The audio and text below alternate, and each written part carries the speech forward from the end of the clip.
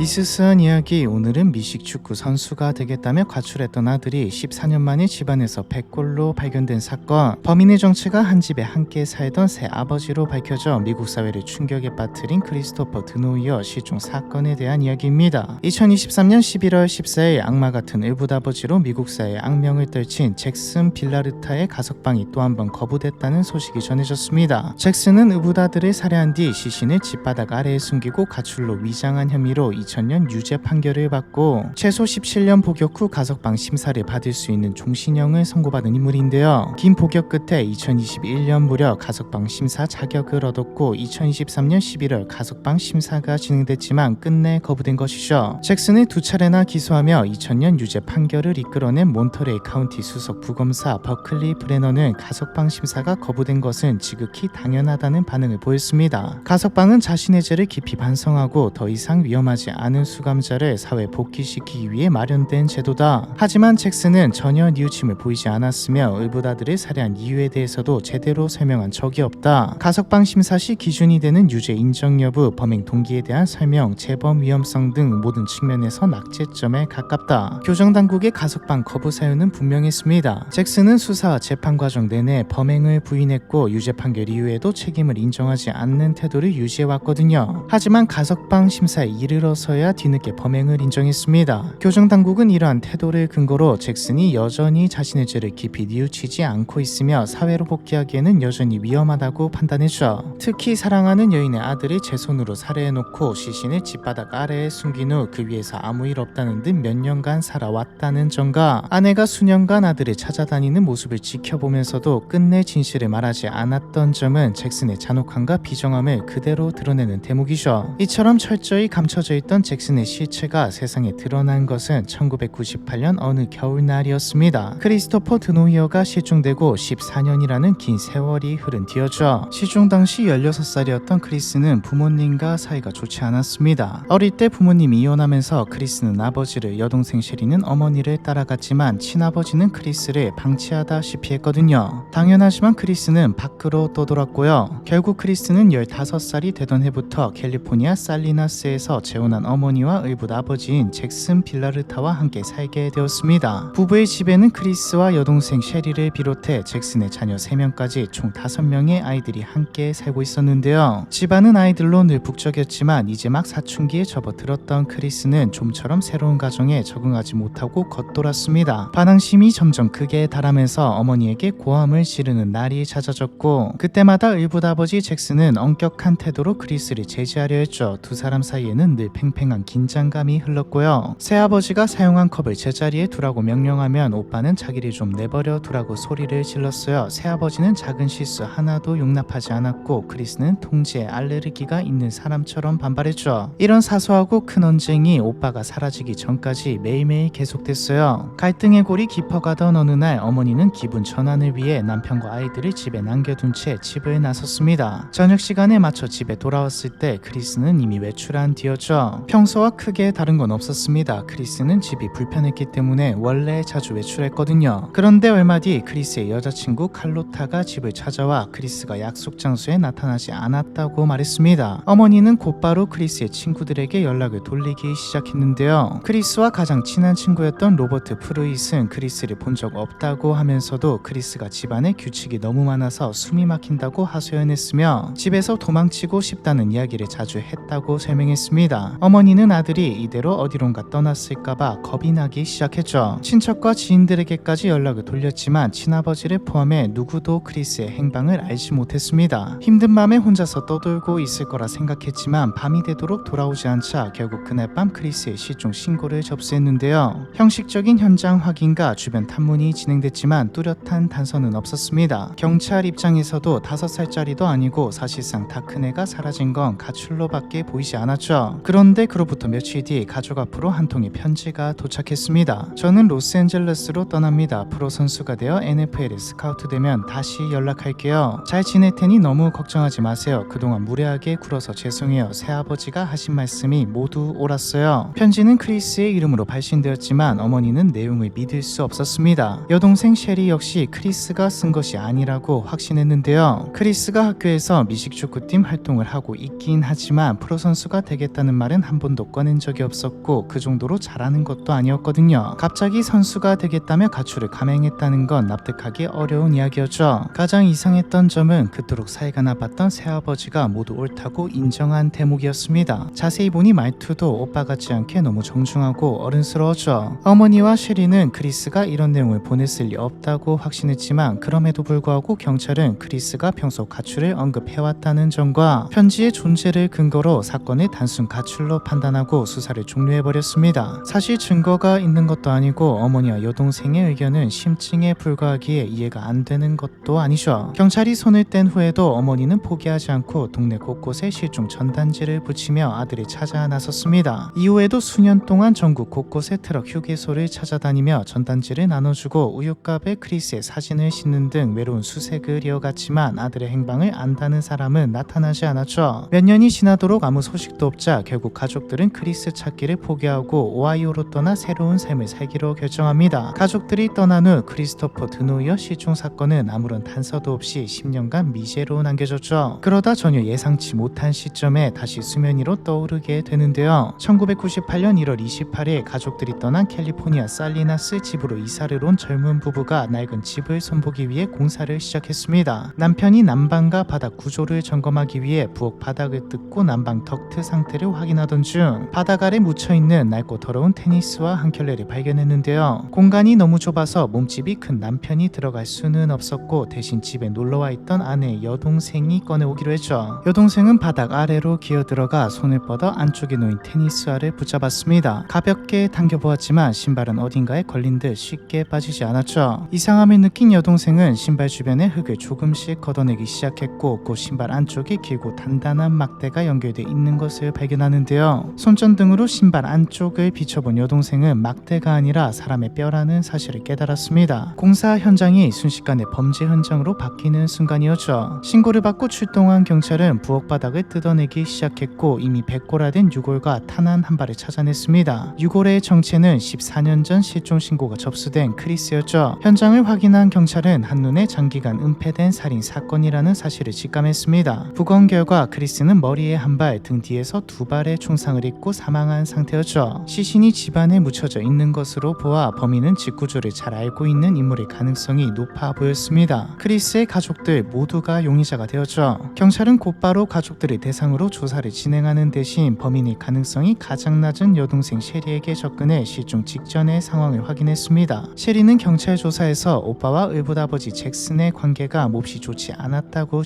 진술했는데요. 경찰은 집 아래에 시신이 묻혀 있었다면 부패가 진행되면서 강한 악취가 났을 텐데 전혀 눈치채지 못하는 게 가능한 일이냐고 의문을 제기했습니다. 혹시 가족 전체가 짜고 크리스를 살해한 게 아니냐고 물어본 것이죠. 오빠가 사라지기 며칠 전에 오빠가 키우던 애완뱀이 집안에서 사라졌어요. 집안에서 쾌쾌하고 비릿한 악취가 나기 시작하자 새아버지는 집 어딘가에 뱀이 죽어서 썩고 있는 것 같다고 했습니다. 셰리의 설명을 들은 경찰은 새아버지가 범인이라고 확신했죠. 하지만 부패한 시신에서 나는 냄새는 한 번 맡으면 잊을 수 없을 정도로 강렬합니다. 다른 냄새로 착각했다는 설명은 쉽게 납득되지 않았기에 경찰은 아이들이 아닌 어머니와 의붓 아버지를 용의 선상에 올렸죠. 아이들은 뱀이 썩는 냄새라고 둘러대면 그렇구나 하겠지만 어머니는 아닐 가능성이 높았으니까요. 크리스가 살해된 채 집 아래 묻혀 있었다는 사실을 전해들은 어머니는 큰 충격을 받은 듯 보였습니다. 그동안 크리스가 어딘가에서 살아있다고 믿었으며 셰리의 진술과 마찬가지로 크리스와 잭슨 사이의 갈등을 인정했고 집안에서 나던 악취는 죽은 애완용 뱀 때문인 줄 알았다는 설명을 반복했죠. 경찰은 어머니의 진술이 진심 같아 보이긴 했지만 의심은 거두지 않았고요. 반면 잭슨은 크리스의 사망 소식을 듣고도 놀라울 정도로 침착한 반응을 보였습니다. 결정적으로 크리스와 사이가 좋지 않았다는 점은 인정했지만 집안에서 악취가 났다는 사실을 강하게 부인했죠. 악취라니요? 저는 처음 듣는 말입니다. 집에서 이상한 냄새가 난 적은 한 번도 없습니다. 잭슨의 진술은 셰리나 어머니의 진술과는 정면으로 배치되는 내용이었습니다. 경찰은 가족 중 딴소리를 하는 잭슨이 크리스를 살해하고 시신을 은닉한 것이라고 의심하며 강도 높은 조사를 이어갔지만 잭슨은 긴 조사 내내 끝까지 혐의를 부인했죠. 이 말은 결정적인 증거가 없다면 잭슨을 기소할 수 없다는 말이었기에 경찰은 어떻게든 증거를 찾아야 했습니다. 하지만 사망한 지 너무 오랜 시간이 지난 데다 이 사이 이사까지 가버렸기에 결정적 증거는커녕 증거로 쓸만한 것도 찾기 힘들었죠. 진술이 엇갈린다는 것만으로는 기소 기소도 할 수 없었습니다. 잭슨도 이걸 알고 있는 듯 보였고요. 그런데 의외의 지점에서 결정적인 단서가 발견되죠. 영장을 발부받아 가족이 살던 집을 샅샅이 수색하는 과정에서 전화요금 명세서부터 세금 서류까지 잭슨이 따로 모아놓은 10년치의 문서가 발견됐는데요. 다른 사건이라면 별것 아니라고 보고 사건과 관련 없을 거라 보고 넘겼을 수도 있지만 워낙 증거가 없었기에 경찰은 문서를 하나씩 확인하기로 합니다. 그런데 크리스가 외부에서 보낸 것으로 알려졌던 편지가 실제로는 가족이 사용하던 전화로 접수됐다는 사실이 확인되죠. 크리스의 이름으로 가족에게 도착했던 건 편지가 아니라 전보였거든요. 지금은 사라졌지만 당시에는 전화로 문서를 보낼 수 있는 전보라는 게 있었습니다. 전화로 우체국의 내용을 말하면 이걸 우체국이 작성해서 전달해주는 거죠. 받는 사람 입장에서는 편지와 다른 게 없지만 보내는 사람 입장에서는 직접 써서 보내는 게 아니라 전화로 내용을 전달한다는 점에서 다릅니다. 즉 가족이 사용하던 전화로 편지가 전보가 접수되었다는 말은 가족 중에 누군가가 크리스인 것처럼 연기해서 보냈다는 말이었죠. 실종자가 집 바닥에서 시체로 발견되었는데 유일한 메시지였던 전보가 집 전화를 통해 그것도 크리스가 실종된 이후에 접수되었다는 건 확실한 증거였습니다. 또한 집안에서는 권총과 탄약도 함께 발견됐으며 그 탄환은 시신이 발견된 장소에서 나온 탄환과 일치했죠. 이로써 체포를 위한 증거는 충분해졌습니다. 1998년 2월 경찰은 잭슨 빌라르타를 크리스토퍼 드노이어 살해 혐의로 체포합니다. 잭슨에 대한 재판은 이듬해 5월 본격적으로 시작됐죠. 검찰은 사건 당일 어머니와 다른 가족들이 집에 없는 사이 잭슨과 크리스가 말다툼을 벌이기 시작했고 건장한 아들을 상대하기 버거웠던 잭슨이 총을 꺼내 등 뒤에서 기습적으로 크리스를 살해했을 것이라고 주장했습니다. 이후 시신을 숨기고 전보를 보내 가출한 것처럼 위장했다는 것이죠. 검찰은 잭슨이 전보를 조작했다는 점, 집안에서 발견된 탄환이 범행에 사용된 것과 일치한다는 점, 그리고 시신을 집안에 은닉했다는 점을 강조하며 계획된 범행이라는 점을 분명히 했습니다. 반면 변호인 측은 직접적인 목격자나 자백이 없는 점을 들어 여전히 합리적 의심이 남아있다고 반박했죠. 치열한 법적 공방은 배심원단 판결에도 영향을 미치게 되는데요. 전체적인 재판 흐름은 잭슨에게 불리하게 흘러갔지만 배심원 중 한 명이 유죄를 확신할 수 없다는 입장을 끝까지 유지하면서 첫 재판은 결국 무효로 끝났습니다. 하지만 6개월 뒤 다시 열린 두 번째 재판의 배심원단은 만장일치로 잭슨 빌라르타에게 2급 살인 유죄를 판결했죠. 재판부는 최소 17년 복역 이후 가석방 심사를 받을 수 있는 종신형을 선고했고 잭슨은 오랜 수감 생활을 거쳐 2021년부터 가석방 심사 대상에 올라 있는 상태입니다. 그리고 처음에 나왔듯 가석방 심사는 잭슨이 죄를 뉘우치지 않았다는 이유로 거부된 상태고요. 멀리 떠난 줄 알았던 아들이 사실은 단 한 번도 집을 떠난 적 없었다는 사실이 밝혀지기까지 14년이라는 긴 시간이 걸린 크리스토퍼 드노이어 실종 사건에 대한 이야기, 이번 편은 여기까지입니다.